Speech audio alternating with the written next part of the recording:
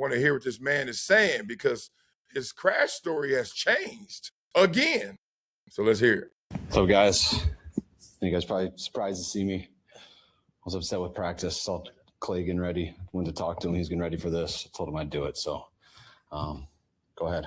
How are you doing? What kind of improvements have you noticed? I'm doing real good. My body feels good. Just got to get this annoying cast off. My ribs feel good, except when I sneeze.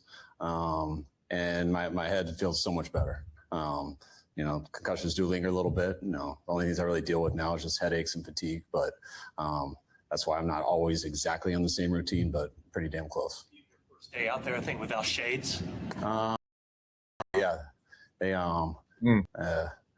it's not lights that bother me. I had to wear shades to protect scars and stuff, but I got all my stitches out, so I can put tape over it now, and so the tape protects it. Okay, so we just learned. First look at him. You can tell he's been through it, and since he's been through it, he's still in recovery mode because you can see under his eyes, those bags are big still. He's wearing shades not because he's sensitive to light. He's wearing shades because he look a mess. All right, so that's actually a good thing if you think about it. Whenever you are recovering from something, like first, let's go all the way back. When something occurs, do you care how you look? You get into an accident, you get hurt. First thing that goes is the vanity. We done with that. I don't give a damn how I look. Help me. I am helpless. So when you get back to a phase where you're like, hey, make sure I look good or whatever, you're recovering. That's a good thing. You're starting to plug back into those other things that are a little more on the surface than the core issue of, you're in critical condition, big dog. So that's a positive. Give a percentage like what you're able to do as opposed to when you're all the way back. I think about how much percentage you guys give media. How much percentage you give media? That's a big. Well, then 0%. As far as like the important stuff, I feel it's about 100%. The biggest thing like I've learned with this stuff is, just when you deal with like fatigue and headaches and stuff is if I kind of do everything, I kind of pay for it in some ways later. That's like the routine I found out. So like I've really tried to eliminate stuff that kind of that I would say just the fake work stuff, like, which is a big important thing, but like talking to the media, having to break down the team every day, doing stuff like that, I've kind of taken it a little bit easier on. Because one thing I haven't missed anything of film. I watch every single play with the coaches after, with the players. I have had a few team meetings. Normally I do it every day, but I do lose a little when I do stuff like that. So I've just picked and choose a little bit more. But as far as the film and everything, being out there for all the practice periods of going against each other, those are, to me, the most important things in my job. And I've been able to do those every day. He said the fake work. I love him for that. Like look, part of this job is fluff. And I'm not doing the fluff. I'm not coming to say hi to y'all. And when practice was great, we had an amazing tempo today. Look forward to our next game. He's like, man, I pay for that later if I do it. Interesting about his job security and why he's standing up here right now and how he's in and out the lineup as the head coach. We know that this has been a very uber talented roster for a while now and no results for it. I'm correct, right? No Super Bowl championships. They went with Kaepernick. They haven't been back since, or did they go and lose again? Did Purdy go in there and lose? Help me out. Beat it up in the comments. But to Sent Here's point, that dude, could you see Mike T in San Francisco if no playoffs? You know what? It's interesting. I don't see Mike T in San Francisco. I don't even see Shanahan losing his job. I don't think he loses his job. He's a brand. He's more than a coach. He's a brand. And say what you want. When you don't get the results you want, it's not always time to ring the alarm and get turnover. Because whoever you bring back in, whoever you get as a new hire has to be better in your mind. And if you can't convince yourself that he's better, why are you making the move? Think about it. Shanahan offensively, who's better? McVay maybe? Like who's better? Better? Better's, we're not finding better. We're going to find different. And then you're going to bring in another brand that has his own question marks as well. So I don't see him losing his job, and I also don't see Mike T being the replacement. If anything, it has to be this meteor, this someone on a meteoric rise, relatively young, relatively unknown, didn't see him coming, Or maybe they just were under the radar. They could be experienced, not too old, and you just like, whoa, like almost like a Signetti. If you could find a Signetti at the NFL level, which is tough. Who has Alabama bones and then goes to all these small schools and then gets back up to the level that qualifies Indiana, even though that's still small football, not anymore. National champions. So you're looking for that. If you're going to replace Shanahan, you got to have that kind of confidence in somebody. They got the pedigree, that resume, and they're coming. Other than that, you stick with Shanahan. Ain't nobody better. Intention to coach the first preseason game next week, or is that still kind of TBD? Oh, yeah. No, I'm doing the same stuff, guys. I just, I try not to come in here every single day because I feel if I did, that would take, I want to be able to pull off my normal routine, which is watching hours and hours of tape and getting to the walkthrough at night, being able to watch stuff after that. Eventually I will get there. I would have told you I was there 7 days ago and they're like, just chill, wait to see how you feel tomorrow. And then I wake up the next morning, I'm like, damn, I'm glad I didn't say that because sometimes it's a good day and then sometimes the next day is a little bit harder. But as far as the stuff that I think is the most important parts of my job, I've been doing that since day one. What's your impression, Kyle, 2 weeks in of the team overall from your perspective on the field? I mean, I like our team. You know, I feel like we came into this camp better on paper than we did last year. Just with a number of rookies we were dependent on last year, got to play more. And I love the guys that we've added this year.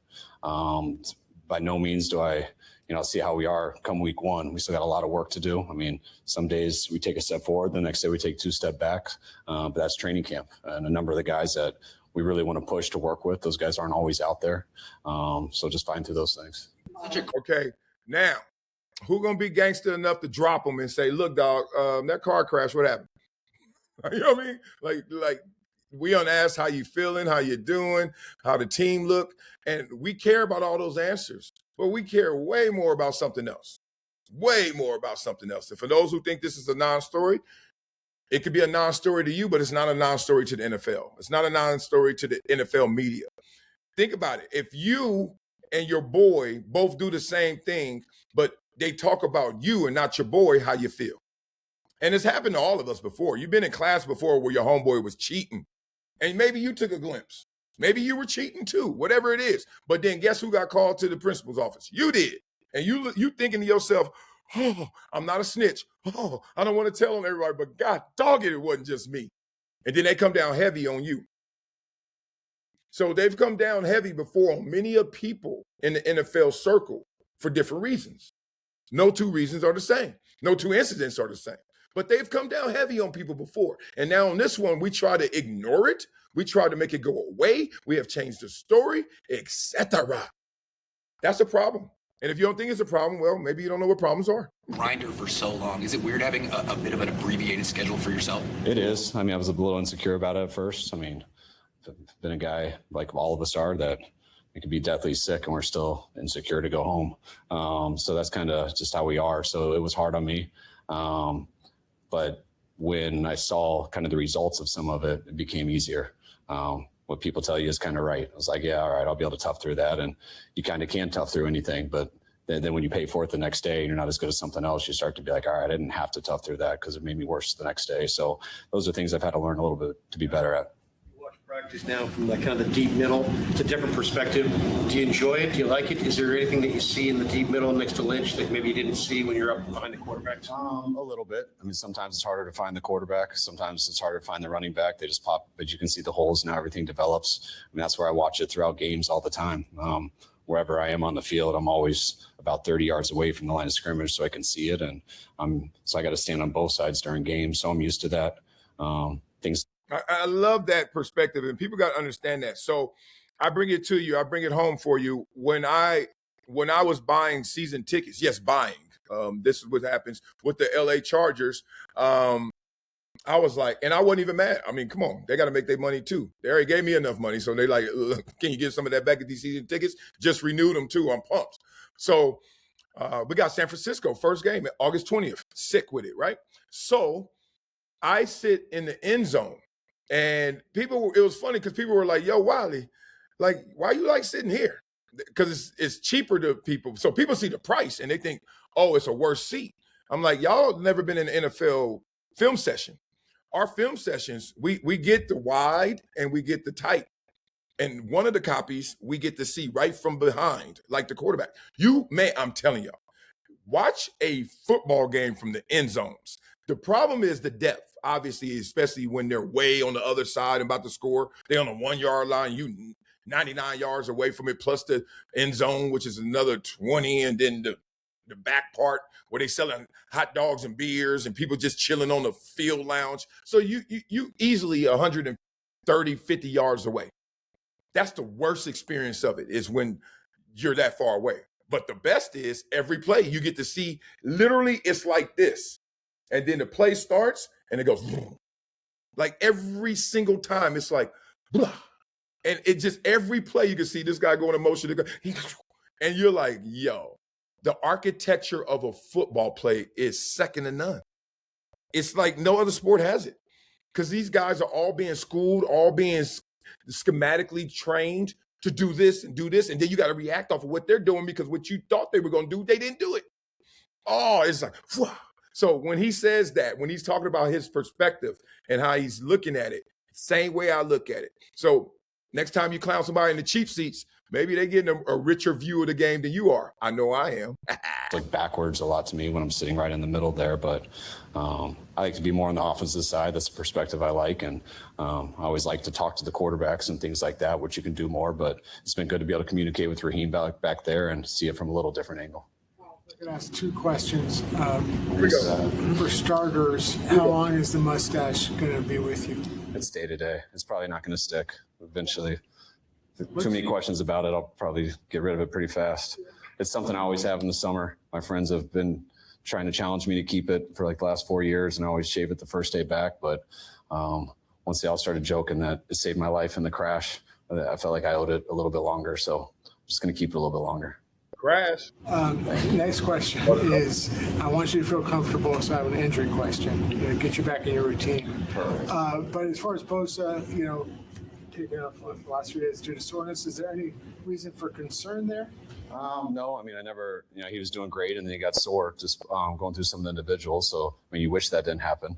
But no, there's no concern to where something's happened that is a big setback or anything. But we'll wait until that soreness goes away and evaluating why the soreness has happened. And but I still feel pretty good about that. All right, we're going to get one. The other day, Kyle, are you mad at yourself for getting in the situation? Yeah, I mean, anytime you cause an accident that can be avoided, you feel pretty stupid. I mean, especially when you have a chance to hurt someone else. And so, I think you get mad when you get a ticket at yourself. So it's kind of the same. Things that, I think everyone's done to a degree what I've done. But, dropping a phone and falling all the way to my back seat to where I have to fully take my eyes off the road. It's something that I normally want to do. I've had autopilot for 9 years, so I'm pretty comfortable with it. And, here we go. Who knows what happened when I turned around, whether it malfunctioned or whether I knocked it off. That's something I don't know yet.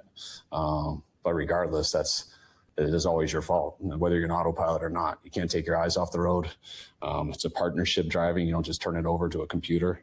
And it's a good lesson, no matter how comfortable I am with that I believe someday could save my life or someone else's, or it's really helped me have perspective on that stuff. Man, I like that answer. But it's even more to it than that.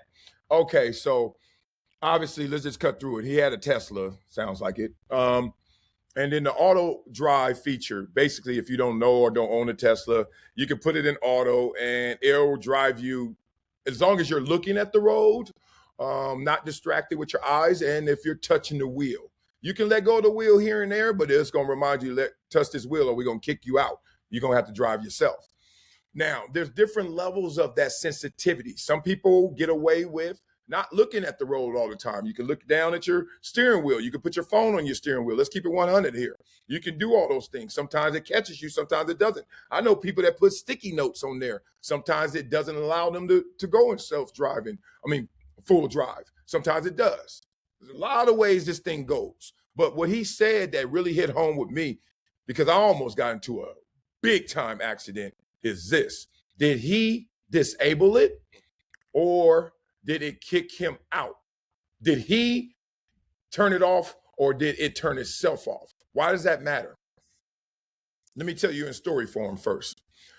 I was driving and I was like, I was in the carpool lane. So, if you're in the carpool lane, you're closest to the median, that big old wall that's between you and the other side opposing traffic. And sometimes that's a little bit of a gap and sometimes it's real tight. And one time it was real tight and I don't know what it was. And you notice that Shanahan, let me just say this. Shanahan has admitted that he was on that phone basically because he's like, drop my phone to the back. Why are you on your phone? Why are you holding your phone? Why are you playing with your phone? Why is your phone in your hand? Or he could have had the phone sitting in the middle console and it slid back. But this is why lawyers be like, careful, man. Careful. Don't be talking. Because it's like, drop my phone and it slides to the back. Anyway, so I'm driving. I'm regular driving mode is driving me. I'm by UCLA right there. And it's driving me. And for some reason, no, I was reaching. I don't know what I was reaching for. Woo! I reached for in the second row, reached for something.